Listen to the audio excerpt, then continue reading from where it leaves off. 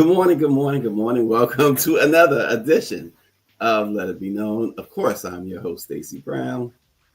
Peace and love, everybody. I'm your co-host, Niele Anderson, and we have lots of headlines to get through, from the Capitol Hill to HBCU being on lockdown, and we'll tell you who's on Donald Trump's hit list now.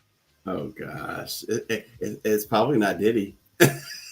Or is it? Diddy? No. But go ahead. Go ahead. What?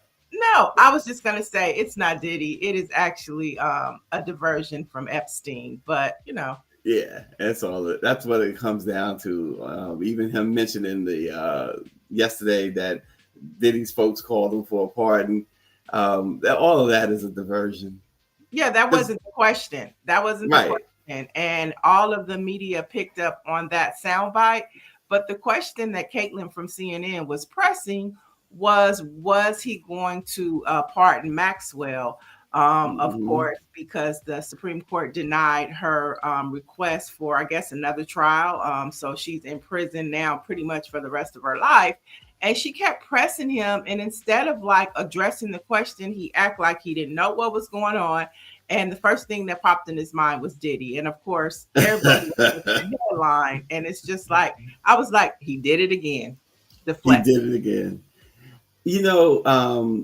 Before we get to our producer's cut, I wanted to mention, too, the Daily Beast. I love what they've been doing. I recently noticed a couple of weeks ago what they've been doing. Any story about the president, any headline about the president, they include his age. I think it's very, very, it's a really great tactic because, he made so much, and everybody made so much about Joe Biden last year, same age. And the Daily Beast is going in on his forgetfulness, his rambling. Here's one of their headlines right there. Trump, 79, rambles about heaven. Yeah, I mean, some people have to stop following his lead. I mean, people just immediately take his lead, and it goes for Black media too. I watch so many blogs, double down on Diddy, and that wasn't the question that Caitlin was definitely pressing him for. Even when he mentioned Diddy, she went back to the original question. Like, I'm asking you a question, are you going to pardon her? Yep. Oh, I don't know. What time is it? What color is the sky today? I mean, everything but addressing the question at hand. So obnoxious. And real quick, just wanted to answer I think a very important question that RNG posed. I've been looking into this. He's asking, is Nike really donating or giving or selling face masks to ICE? I've been looking into that, and what has happened, Nike has actually asked politely, I guess, that ICE does not wear its gear. They are not giving or selling directly to ICE, and they're asking them not to use their gear. So that is their choice. They're purchasing this on their own, not with the express permission of Nike. So there you have it. What does our producer have for us this morning?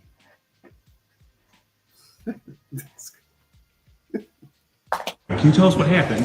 Yeah, they wouldn't recognize me, and they wouldn't acknowledge that I was even in the room, notwithstanding the fact that Republicans have sworn in 2 of their members during pro forma sessions. So, we just said the next time we're in session, swear in Representative-elect Grijalva, and they refuse to recognize me because this is a continuation of the Epstein cover-up. They are scared shitless of what's in those files, and they're doing everything they can to block us from having a vote, and it's disgusting. So, just coming off the House floor, I try to get recognized to make a motion to have the Speaker of the House swear in Congresswoman-elect Adelita Grijalva, who was elected almost 2 weeks ago, at the next time we meet. She's not been sworn in. The Republicans refused to swear her in. And the reason why, because it's a continuation of the Epstein cover-up. They're so afraid of what's in those files. Trump is so afraid of what's in those files. They're doing everything they can to try to derail our discharge petition that would force a vote on releasing the Epstein file. Mm. We know that they, like you said, him mentioning Sean Combs was a distraction from that. He does everything to distract from the Epstein files after running on the fact that that was one of the first things he was going to do, release the Epstein files. Right. Yeah, he's such a liar, and we just have to start calling him for what he is. He is a liar, a manipulator, a deflector, a racist, and he's everything that we feared. I mean, that's just what he is. And it is ridiculous that they will not swear the newest Congress member in just to protect Donald Trump, just to protect. Because that's all this is about, is protecting Trump. It's not about protecting Bill Clinton. It's not about protecting anybody else that is on that list. This is all about Donald Trump's dirty little secrets and the alleged connection to Melania Trump. Let's not forget about that. She was in all the pictures too. And allegedly, that's how she met him. Yeah. So there you have it. And you're right. It's a shame that these MAGA Republicans live on their knees the way they do. They do not in any way do anything for their constituents. They do everything for their president. They do nothing for their constituents. And even Marjorie Taylor Greene is yelling and screaming now, of all people, saying that, we need to leave healthcare alone and reopen the government. Marjorie Taylor Greene, the voice of reason? Are you kidding me? Are you kidding? Wow.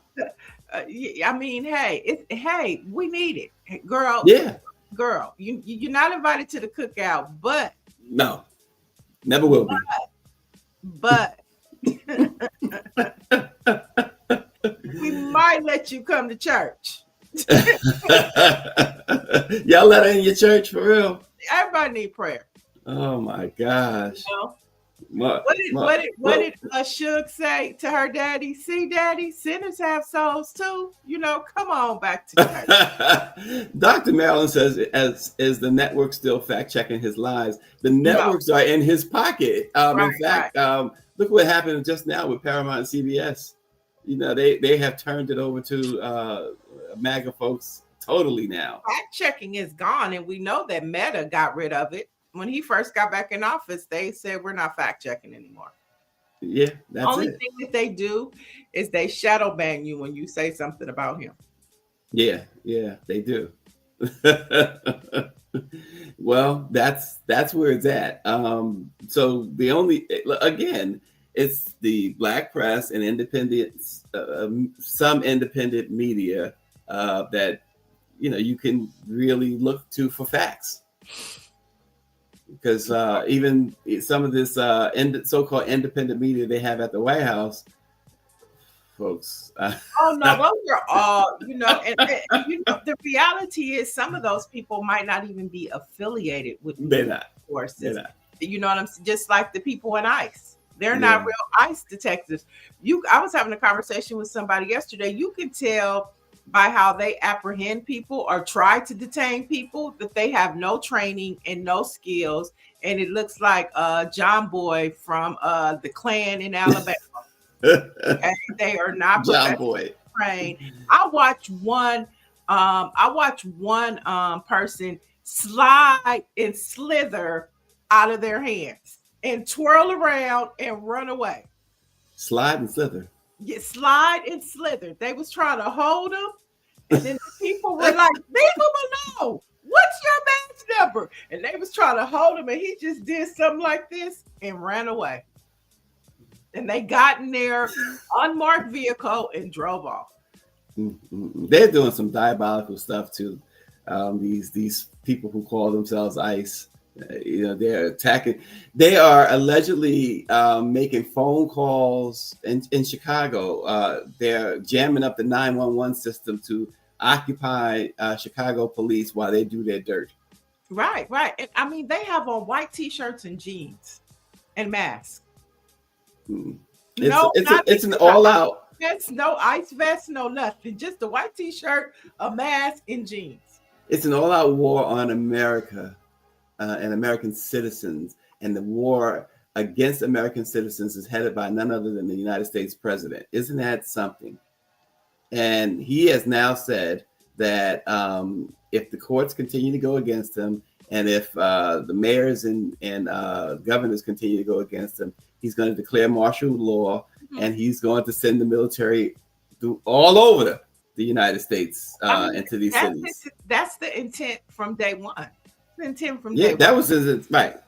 He wants martial law, and this has nothing to do with we know that ICE is about making his privatized prisons friends rich, Geo and Core Civic. But the second layer is he wants to take over the elections, and the only way that he could do it is martial law. So I don't know, everybody in the chat, tell your friends, tell your neighbors, tell your family, tell your cousins that that's where we're headed. That is the reality of what is happening right before our eyes as we watch it play out.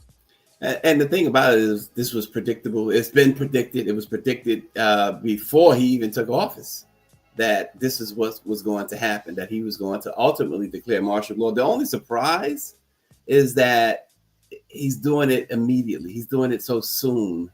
I always thought it would be he'd at least wait to the midterms. But as RNG said, for those, and we talked about in this program, I know Niele, and you're producing the Shade Room. You guys have talked about it beforehand.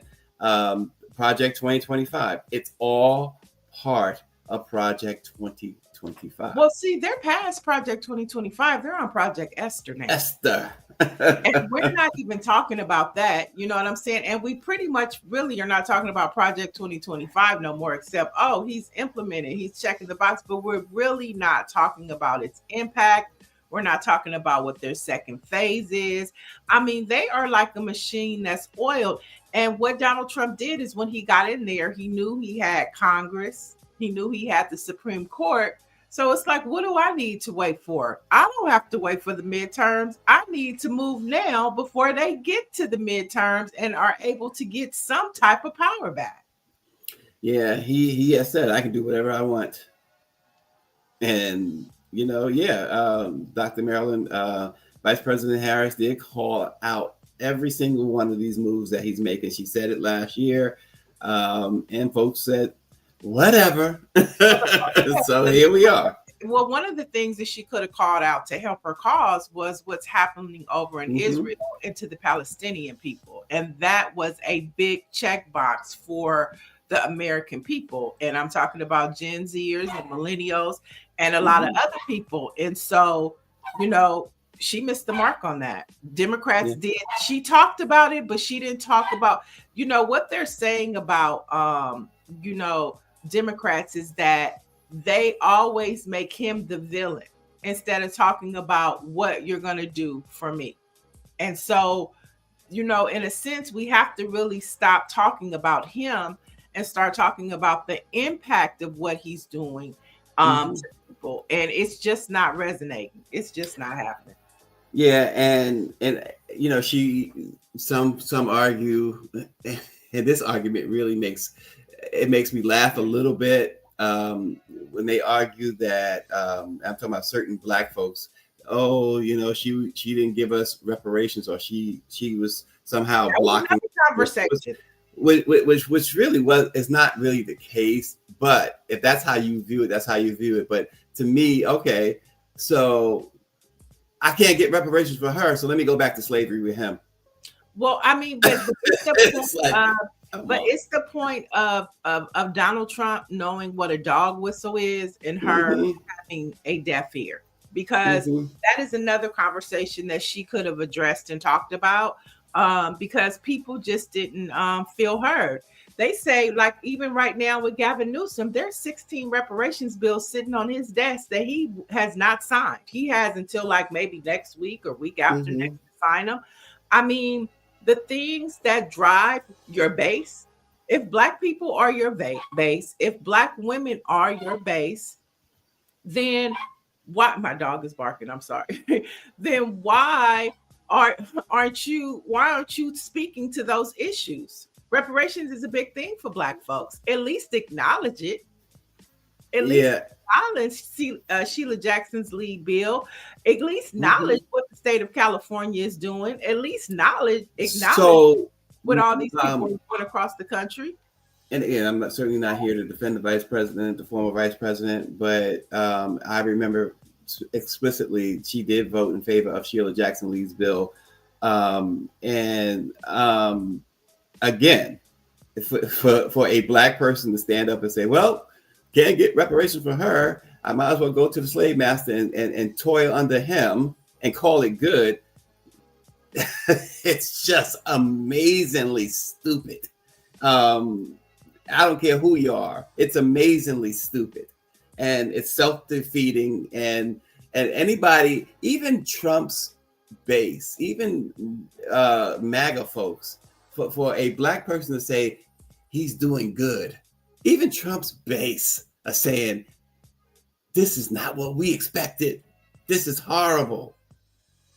It just shows you how delusional and how bad you want to prove a point that, oh, we kept the Black woman from power. That's really what you are saying. That's how bad you wanted to keep a Black woman from power. That's it. It's the bottom line. Yeah, 100%. But I think that there is a problem and people feel like they're not being heard. And so that's something that the Democratic Party has to figure out.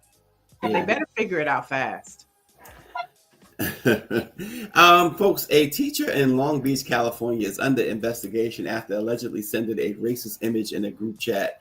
John Solomon is a teacher at MacArthur Elementary. He was placed on leave after reportedly sharing an AI-generated photo of a Black child wearing a toy ankle monitor with the caption, quote, "My first ankle monitor." Reports say that this teacher added that, quote, "We need this for our runners," referring to special education students who sometimes wander from class. Critics call the image racist and the message mocking towards students with disabilities. Now he's denying, he said his account was hacked, Niele.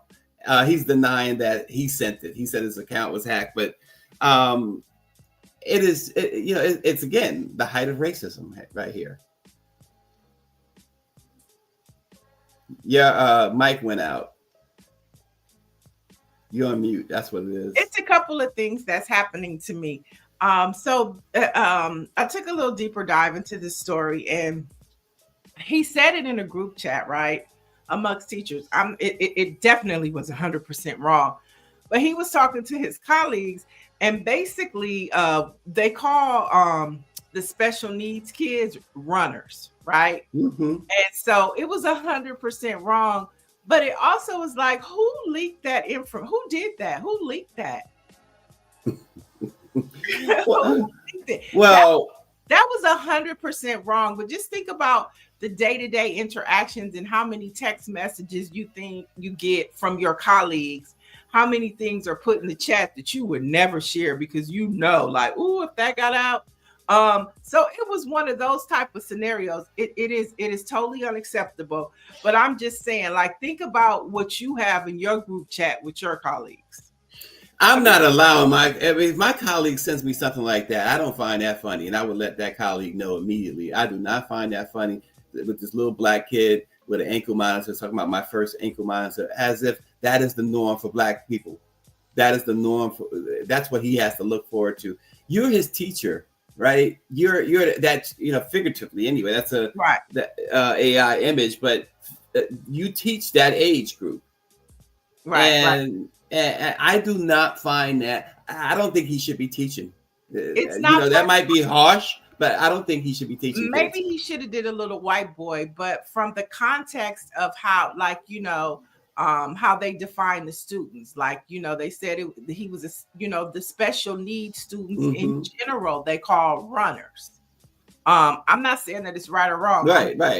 Context matters. They call the slower kids runners because you was all in elementary school. Back in the day the term was the R word, and we don't use that anymore, but we used to say it back then. And so he was wrong. He definitely should be suspended. I definitely don't think he should lose his job, but I definitely think that he should be taught a lesson. Yeah, I just wouldn't trust a guy like that around black kids. But nonetheless, yeah, I get your point. Seattle has spent millions of taxpayer dollars to lease hotel rooms for people living on the streets, but then they left those rooms empty. According to a new investigation, you got to read ProPublica. That's the one outside of Black-owned media that I really encourage folks to stay up on. ProPublica. Their investigation found that the city paid $2.7 million for the Civic Hotel, even as thousands of residents slept outside. Officials called it a, quote, pause while they reviewed the budget. But internal records show politics and personal disputes played a big role, I should say, with each vacant room costing $4,200 a month, money that could have sheltered a lot of people. So they, on the surface, this was a great idea. They got this hotel for the unhoused, but they have not used it, and they're spending taxpayer money not using this at all. I think you find that across the country. There are certain places here in LA that a lot of people talk about. They built this building. Why isn't anybody living in it? You know, why would you use taxpayers' money to pay for this building? It's been sitting there for at least a good 6 months to a year, and nobody's living in it. So I think that is an issue that is not just happening there, but across the country, as to where the idea is not fully implemented. You know, it's a half-baked idea. Yeah, it's a shame though, but it also shows you, Niele, that folks, there is enough resources in this country that folks, if they don't want to, they don't have to be unhoused. Yeah, and you know, the reality too is that we have to talk about is a lot of the unhoused people won't even take certain resources that are available to them because they feel like they don't want to be checked. They don't want any balances. They feel like if they give me this, then I'm going to have to adhere to this, and I don't want to do it. So that's what I'm saying. There are a lot of, it's not just like, oh, here's a place to live. And they're like, oh, thank you. Sometimes they don't even want it. A lot of times they don't want it. Yeah. So it's a lot of issues going on with that. But there's a couple of answers in the chat. Black Ground TV says there is no proper context to excuse the statement talking about the student with the teacher. Yeah. And Patricia Jackson says nursing homes have runners too. Just stupid. So see, that is a term that you know, internally teachers and, you know, nursing homes use. He just went too far. So like I say, he does need to be have repercussions for his behavior. Well, Stephanie Humphrey says, as a special needs educator, there are students who run while teachers discuss our students amongst ourselves, runners included. This image should have never been posted in any form. 100%. So he definitely should have repercussions for his actions. Should he lose his job is the question. I say no. I don't. Shonda H says he should be fired.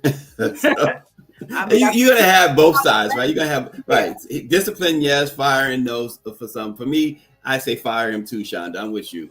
Get rid of him while you can. So you need to set an example. You know, people talk about zero tolerance. There should be a zero tolerance for that. But you know, like you said, you talk about the context of that, and that they were in a private group, and his expectation was of that privacy. But listen, it was definitely wrong. How would you feel, folks, if in a private meeting these teachers got together and one of them came in a full Klan outfit? Should he remain the teacher at a black school? Well, that's a reach, but okay. You know, I like to stretch out my arms and reach. So, folks across the country, from Seattle and back to the harbor area in Baltimore, dozens of adults. This is a great story. Some in their 20s, others in their 80s, and overwhelmingly people of color graduated from the Goodwill Excel Center, a tuition-free high school for adults. Nearly 80,000 city residents still lack a diploma, but these graduates proved it's never too late with free childcare, life coaches, and teachers who never gave up on them. 53 students earned diplomas and career certifications. You can read about this in the Afro, folks, the Baltimore Afro. This is a really inspiring story about these adults going through this ceremony. It's the Goodwill's Workforce Development Training Program, which includes they getting certificates as a nursing assistant, geriatric nursing assistant, pharmacy techs, and building trades. And so they're helping adult learners achieve academic success while preparing them for in-demand careers. This is great. That is amazing. I love to hear stories like that. And you know, they're so far and few between with everything that's being thrown at us. And see, Stacy, this is what I always go back to. What is going to save humanity and democracy? It is the local nonprofits and organizations that continue to help their communities thrive.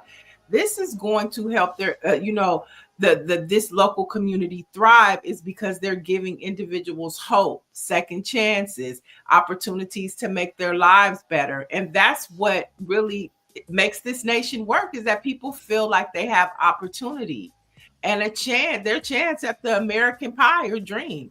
Doesn't mean you have to be a hip hop artist. Doesn't mean you have to be on television or have a podcast. It just means that you are able to make a day's work for a day's pay. Yeah. And that's what this represents. And this is, again, folks, let's not lose sight. Under the guidance, that city's under the guidance of Mayor Brandon Scott. And he talked about stuff like this, what he's doing, what that city is doing, not just him, but what people in that city are doing. And this is another example. Yeah, local politics, local organizations, this is making America great. This is when you say make America great again, this is what that looks like. There you go. There you go. So are you getting any sleep? Because Americans may be spending more time asleep, but new research shows that quality sleep remains out of reach for millions. A new study shows that adults now average 9 hours a day. Wow, not me. That's more than 8 extra days of sleep each year compared to 20 years ago. Women sleep about 10 minutes longer than men, and adults 65 and older get the most rest at just over 9 hours a night. Nebraska residents, so if you live in Nebraska, for instance, they top the list for the most sleep, while people in North Dakota get the least amount of sleep. But for African Americans, however, the picture's a little bit different. Several NIH and other studies show that Black folks are getting the least amount of sleep, Niele. Yeah, I'm averaging maybe about 4 to 5 hours of sleep. Oh, Lord. Yeah. I have to get up so early, but I mean, it's fine. I get enough. If I want to take a nap, okay. I will go 9 chances out of 10. I don't. But sometimes in the morning I go back to sleep because I am on the West Coast. So I mean, so I don't, what do we do? Oh, what Stephanie Humphrey says, 9 hours, child. Right. 9 hours. I want to meet the person, these people who are getting 9 hours sleep. What are you doing with your life the rest of Now, on a good Friday night, Saturday morning, oh yeah, I could get it in. I could sleep really? All day. So even the weekend, if sleeping in is like an extra hour, maybe. Oh no, because you got that what is it, biological clock or whatever, that internal clock or whatever. That, for me anyway, it just goes off Saturday and Sunday just like it does Monday, Tuesday through Friday. Oh, I love a good lazy Saturday. Stay in the bed all day and just binge watch. Oh, and nap and wake up. I love a good day where you don't have to do anything at all but sleep. And watch TV. I love it. But those days are few and far between for me. Dr. Marilyn said, find these people a job. Wow. Listen, I don't, I don't get it. 9 hours. It's too much to do. What Stevie Wonder said in High Ground, he says you got to stop sleeping. You know, but I've been saying for the past couple of weeks, I don't even want to go outside because I there is know. pure chaos out there. I don't Yeah. even want to be bothered with it. Just don't want to have anything to do with it because that the Trump monsters are outside and they are lurking. The Trump monster. It's like a movie. It's like a horror film. The Trump monsters are out there, and it's just, and people are desperate. Like we were just talking about what's happening in Baltimore. You know, we need more programs like that because people are desperate. And mental health and mental issues are, you know, they're at an all-time high. And I'm speaking of that too when you go outside. You know, walking through the mall, I never thought like, you know, you hear a pop or you hear a book drop on the ground and you're like, where's the nearest exit? I mean, anxiety is high outside. You can't, if somebody cuts you off in the car, you can't speak back because you don't know if they pull a gun on you. So going outside is not like it used to be. Let me tell you something. So when I grew up, you know, we were always taught you hear a pop, you go, the first thing is to go down, get out of the way. But then again, you know, black folks, all you have to do is see one person running. Everybody else gonna run, and we'll ask later, a lot later. Well, why were we running? We don't know why we. That is typical for black folks. I don't know. Everybody running, I'm running too. That's there like a scary movie. Black people ain't gonna die in a scary movie because we are not gonna find out. No, we're not going to investigate the noise. We gonna call we out. We gonna call the popo, or we gonna call Medea. Medea. We can go pee. Listen, Aquarius says I sleep. She says she sleeps 8 hours or 9 hours.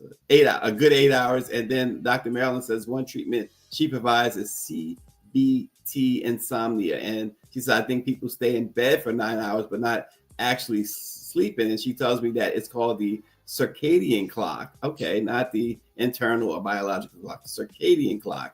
Yeah. And she says the older we get, the less we need sleep. It's about the quality of sleep, not the quantity. Right. And these phones don't help because they come in the bed with us and all you scroll for a good hour.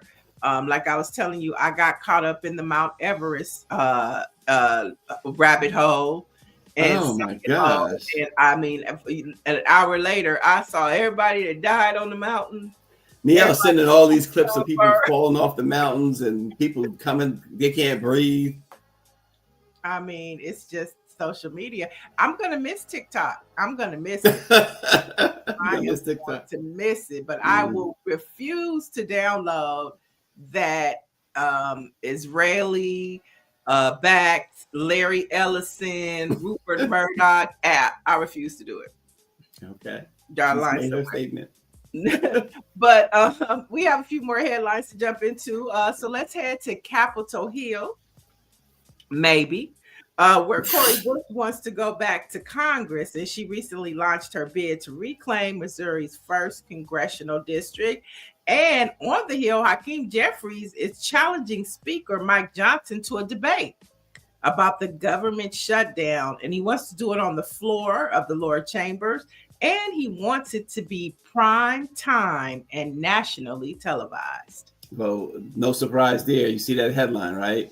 Mike Johnson rejects Hakeem Jeffries' shutdown debate demand. It figures. First of all, Mike Johnson could it'd be bringing a knife to a gunfight. Mike Johnson cannot stand toe to toe with anybody in a debate. Go ahead.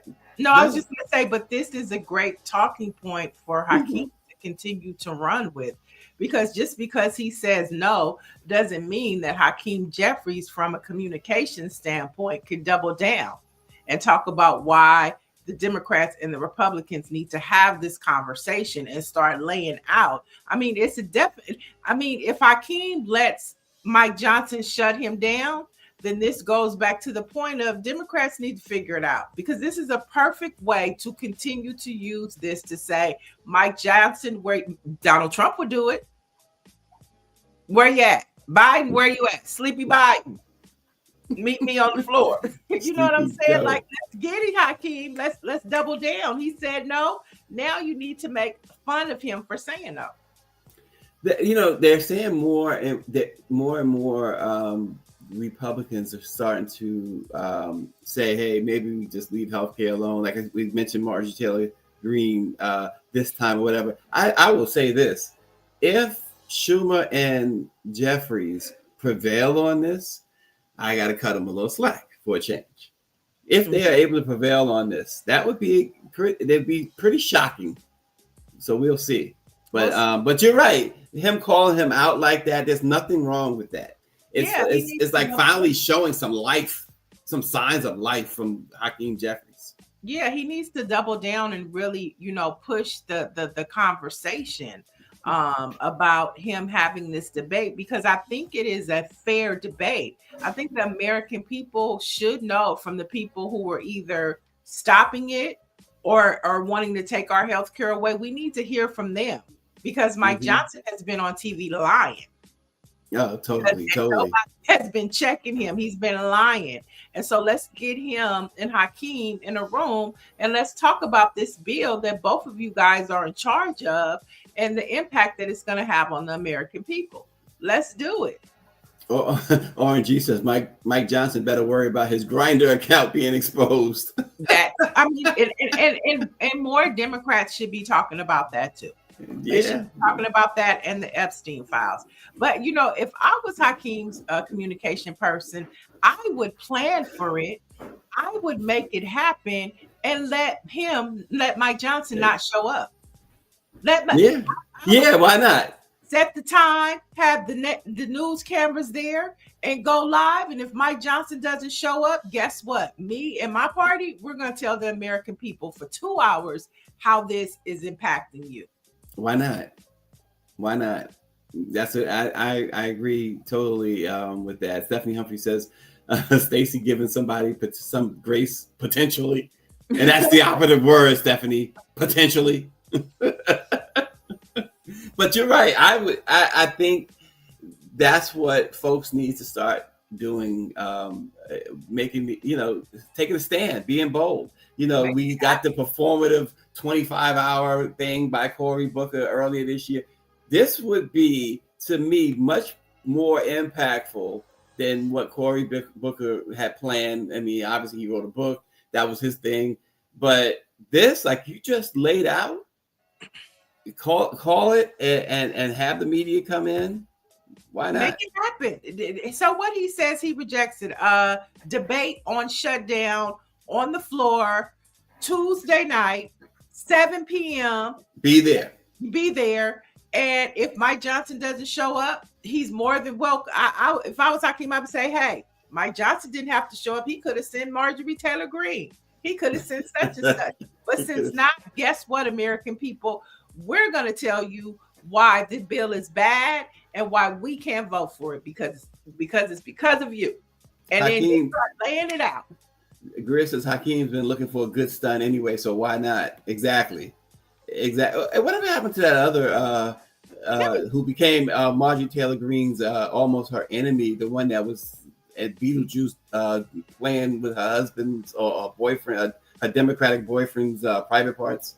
What happened to that representative? I always get her and Laura Loomer mixed up. To me, Boebert. Bloomer. They say all black people look alike. Well, them two look alike. I always get them mixed up.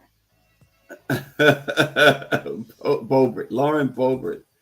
But they should send her. They should send her. They should say Beetlejuice 3 times and send her. So if somebody has a lead on Hakeem, tell him to move forward with the live primetime debate. And if he doesn't show up, it's his loss. There you go. All right, let's head down to HBCU to a trending story that continues to break America's heart. South Carolina State University's campus had remained on lockdown Sunday afternoon and Monday, and it's still unclear if it's still on lockdown today. Classes were canceled following two separate shootings during the university's homecoming celebration.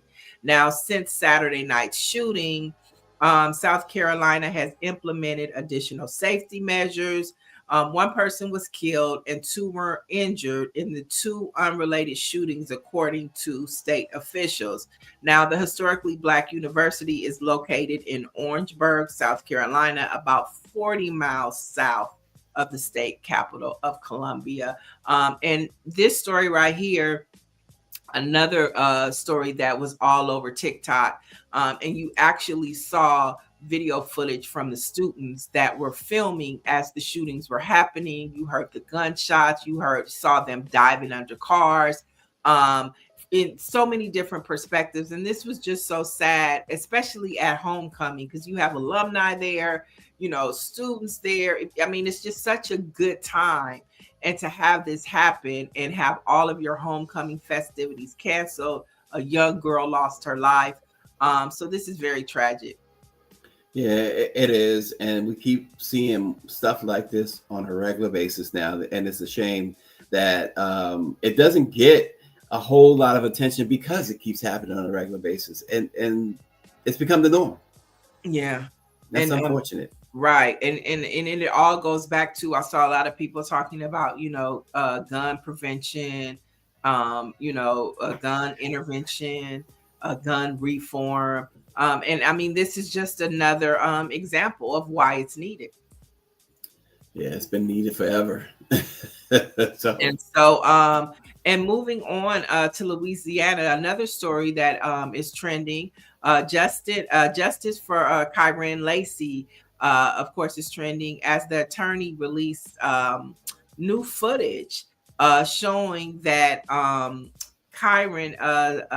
was at least 72 yards away from the collision at the time of impact, that he was later accused by police of being responsible for last December. Now, police charged Lacy with negligent homicide, felony hit and run, and reckless operations of a vehicle. Now, Lacy died by suicide in April of this year, and it was one day before he was supposed to appear in front of a grand jury. Of course, he was 24 years old, and his teammates are coming out saying things like, I wish they would give this headline just as much energy as they gave the one when they were accusing you of homicide. And so this young man lost his life on a lie by the police department. Isn't that something? I saw Ben Crump tweet about this as well. This is absolutely pathetic. Right. I mean, he took his life because he couldn't handle all of the lies, the scrutinies, and they had just basically accused him of this, and that was the headline.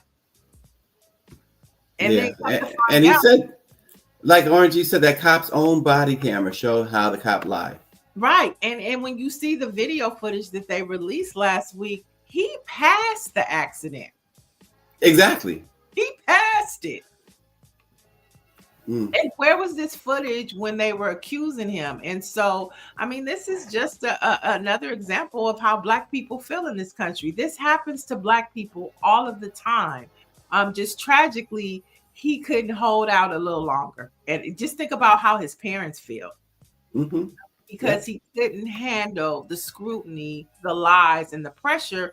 And also, looking like he was facing going to prison for something he didn't do. Yeah. Expat says that if you want reform, send cops that lie, send them to prison, not just paid vacation. Right. We've been talking about qualified immunity forever, and obviously that's not going to happen anytime soon. Removing that, because once you do that, it's game set match right there. Right. But thank God to Congress members like Ayanna Pressley. She does still have a bill about qualified immunity. Mm-hmm. She's still advocating for it, although it's not going to go anywhere. It's still important that it's on the table because you never know when the tides will turn. And moving on, I got a question for y'all. Guess who's next on Donald Trump's hit list? Oh boy. Well, the bullying chief is now calling for the FCC to investigate Reverend Al Sharpton and NBC negative coverage of his administration. Trump says he was a major Trump fan back in the day. And then he posted this picture of Al Sharpton from back in the day when he liked sweet potato pie.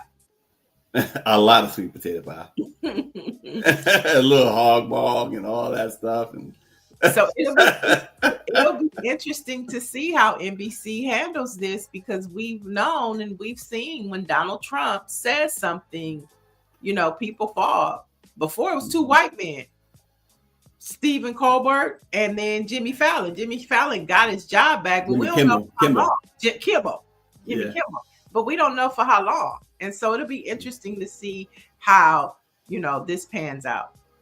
Yeah, it's always been interesting. Folks have always questioned why, with the purges that have gone on, not just with Joy Reid and others at MSNBC, that how was Sharpton able to continue on? And, it's going to be because Sharpton obviously is a fighter, especially when it comes to somebody attacking his bank account, which is really what this is. And so it's going to be interesting because Sharpton's not going to just go quietly. Right. And I don't think he's responded just yet. And NBC hasn't said anything as of yet either. But it depends on how long this stays on Donald Trump's mind. You know what I'm saying? Just like Diddy, you asked me about anything affiliated with Epstein. Look over there. So the Geritol got to kick in. So how long it stays on his mind, I think will determine if this is going to be a problem for Sharpton or not. Yeah, we will see. Like I said, MSNBC, it's going to be, they broke off from NBC, by the way. And so I know that Trump has his, he has NBC also quite in his pocket, but they broke off from MSNBC. That's no longer their parent company. NBC is no longer MSNBC's parent company. So we'll see. We will see how this plays out. Well, but they still got MSNBC still got rid of Joy Reid. They sure did. They sure did. So, I mean, we'll see what happens with Sharpton. All right. And last but not least, on a good note, for those of you who like Broadway, August Wilson's Joe Turner's Come and Gone returns to Broadway with Taraji P. Henson and Cedric Entertainment as the headliners. And it's under the direction of none other than Debbie Allen.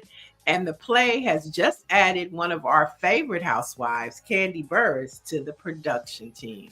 And so, I mean, I think this is a great thing because I know Candy is going for EGOT status. Taraji, this puts all of them on a playing field to be nominated for a Tony and move one step closer to EGOT. And I think that's where a lot of Black celebrities who have reached certain plateaus are going for. They want to be an EGOT. Whoopi Goldberg is one, Jennifer Hudson is one, John Legend is one, and there's a few others. But I think this is a good mixture of talent and excellence. We'll see where it goes. So is this started yet, or is it? No, it's in production. It's in production. Okay. Yeah. I've been looking for another good Broadway show to take Shanae to. Want to do that sometime in the not too distant future. Of course. Speaking of Broadway, the Knicks start soon. So October 22nd is the opening night. So we got to get to New York.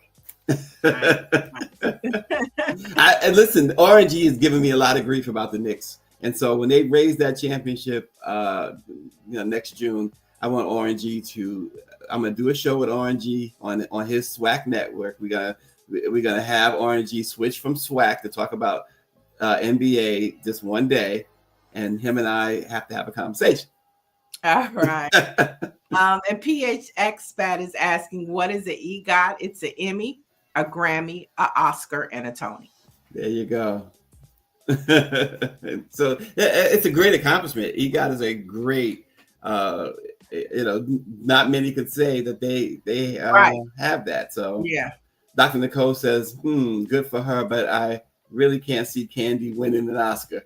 Well, no, because you can win an Oscar for music. She could write a song on a soundtrack that wins, or she could, be a part of a producing team that wins a movie. So it doesn't necessarily have to be for acting to win. See, I don't know about these Real Housewives. Who did we have, Greer? We had one of the Real Housewives. Was it Candy on like a year or so ago? The one that was married to somebody down south. They were getting a divorce or something. Who do we have on? I don't really know a whole lot about the Real Housewives franchise. I know you're into it. Mm-hmm. I think you're going to be on one of the Real Housewives one day if you haven't already. Oh no. I mean, you wouldn't do it. No, I like to watch it, but you have to give up too much of your personal business.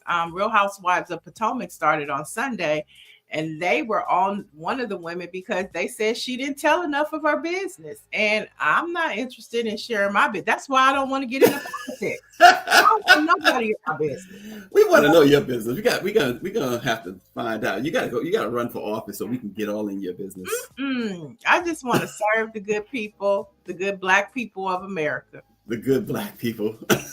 Are there? The good Black people. Stephanie Humphrey says, I haven't read a lot of Ancestor Wilson's works. I would need to look this one up. Okay. Yeah. I tell you what, Fences drove me crazy though. It absolutely drove me crazy. I just, it's just nothing redeeming about that at all. Yeah, I never could I've never seen the play, but even when Denzel Washington, it was just too depressing. It was just so depressing. I couldn't it was just too much. Yeah, and as much as they charge for a movie now, you don't want to go to the movies to get depressed. And that's what Fences. Oh gosh. But I guess during that time, it spoke to an aspect of the Black experience, and it resonated with a lot of people. We could do without that reincarnation of that particular Black experience. That was awful, Niele. It was absolutely awful. And we love. It had the great Denzel and the great Viola in there, and it was like, oh my gosh, she had that snot coming from her nose. Oh gosh, yes. Oh my gosh, it was just terrible. That snot was iconic. That scene went viral. Like, girl, you acting your ass off. Listen, pull it back just a bit, because that was. But you know what? They were speaking to the rawness of a black experience. It was extremely raw. Yeah. Greer said she saw both the play and the movie, and she loved it. Yeah. I mean, look, the acting, you cannot go wrong, of course, with Denzel and Viola, and then the play, I think it was what's his name, and James Earl Jones in the play, and you can't go wrong there either. And I get the premise and all, but it was just I do not want to go to the movies and get depressed. But you know what? I love me a good slave movie, so I mean, I love me a good slave movie. I love it. And what makes a good slave movie? Huh? What makes a good slave movie? The actual experience to remind you of what we went through. You know what I'm saying? No, you don't think we were reminded enough? No, this new generation, they have no clue. Oh, okay. They have no clue. They have no clue. Not a clue. They're the ones that are saying we don't need another slave movie, while Donald Trump is trying to put us back on the plantation. And if you knew where they were trying to take us, you'd be out here protesting, okay? Because they trying to take us back. You don't even have to go back as far as slavery. You go to civil rights. I love a good civil rights movie. Yeah. I do. I just wish that, now we're learning more like Baynard Rustin and different, movies Like, I would love to see a movie about Dorothy Heights. Yeah, I'm laughing at what the comments. Dr. Nicole says she skipped it just for that reason. Did not care to see Viola Davis not crying again. Oh my goodness. And Stephanie Humphrey says, Sister Niele, that was unexpected. What? Did I like slave movies? I love a good slave movie. I love a good slave book. There's an author called J. California Cooper. I've read all of her books. And boy, she talks about, post-slavery, but her stories are so rich and deep about the Black experience during that time. And it's horrific, but it's triumphant. And I just love those types of stories. Like, I love The Underground. The Underground was about the rebel slaves. And they was Moses was in it. It was good. I did like Bass Reeves. I love Bass Reeves. But that was empowerment more than it was anything. The Underground was about empowerment too, because The Underground too, yeah. True. Yeah. I love that. I love those movies. Stephanie Humphrey says The Harder They Fall. Okay. Yes. That was good. I love that cowboy movie. That was a good one. Yeah, and see, those are stories that aren't told as much. Like, I would love to see a movie about the Buffalo Soldiers. Okay. That would be good. Well, call up Spike or Tyler or somebody. Or No, Ryan. not Tyler. Not Tyler. I want Tyler doing a Buffalo Soldier. No. He did a great job. Might pop up. He did a great job with the 6 AAA. That was really good with Taraji P. Henson. I thought that was well done, but I don't want Tyler to do it. No. Okay. Folks, let's do some Black history. Wait, one more. Oh, we got something else. Nat Turner. That was a good one too. Do you know that Ike Turner Jr. just died, by the way? Tina and Ike's son. Yeah, but it wasn't really her son. It was her adopted son. Oh, I thought that was their son together. No? No. But yes, okay. He did pass. Oh, okay. You said Nat Turner, so I thought of Ike for some reason. That was a good one too. It was called The Rebirth of a Nation. That was good. And remember, they suppressed that movie. They did. Yes.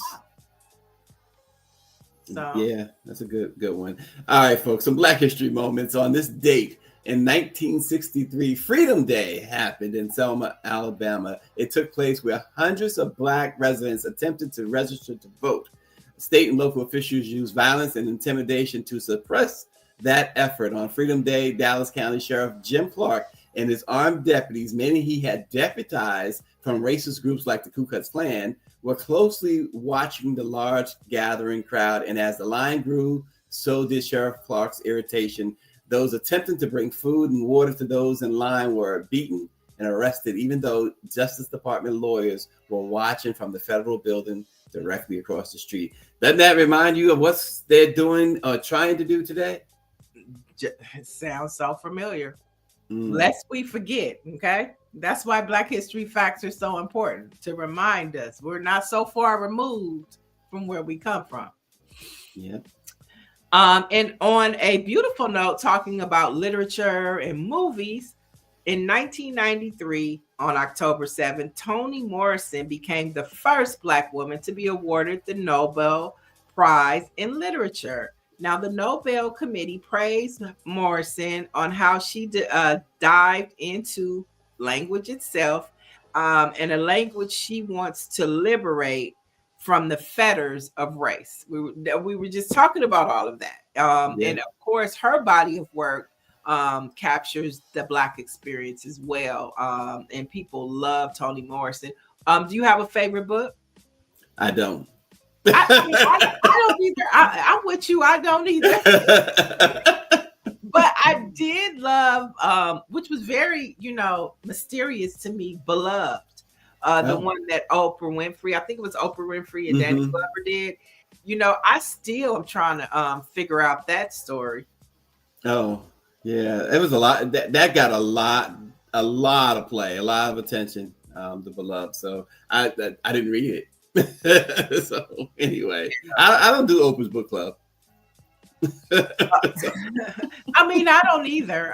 But if you're looking for a good book to read, this book right here. Oh, what you got? Harlem Rhapsody. I've been reading this book since the beginning of the year, but it is okay. It's basically about, she is allegedly W.E.B. Du Bois's lover.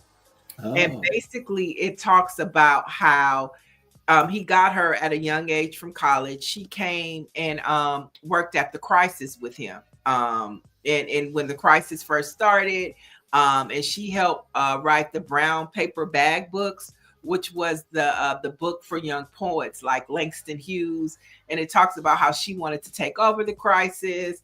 But of course, W.E.B. Du Bois, never saw her in that way, but she was the one that really ran the paper. So it's a really good book, Harlem Rhapsody. Check it out. Oh.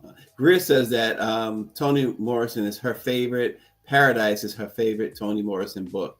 So there you go. Yeah. And RNG says, now in 2025, we have a 34-time convicted felon who's begging for a Nobel Peace Prize for grabbing women by the private parts. Right. Octavia Butler is Greer's other favorite, by the way. Our Black-owned newspaper of the day, we're back, is the Orlando Advocate. It was founded in 1993, and the Advocate's mission remains to expose discriminatory and unfair treatment in both private and public sector markets and provide information designed to foster awareness, build community, and empower all marginalized groups, Blacks and other ethnic minorities, immigrants, women, young people, the elderly, and the disabled to more effectively influence law and policymakers. That is the mission of the Orlando Advocate. Check them out, folks. Oh, great. I was over here looking at my book collection, wanted to show you J. California Cooper, but I don't see her. But yes, try a J. Oh, here's one right here. Here's one right here. Yeah. Look, this is another good one. She writes really good books, J. California Cooper. But that's neither here nor there, y'all. Apparently it's here. What's most important is that we read. And one of the things that you can read 24/7 is BlackPressUSA.com, where we bring you the headlines that are important, impacting, and inspiring the Black experience. So head over and read BlackPressUSA.com. I'm sure there's something there for you. Absolutely. And it will be something for you tomorrow as well. And let it be known. Check us out. We'll see you then.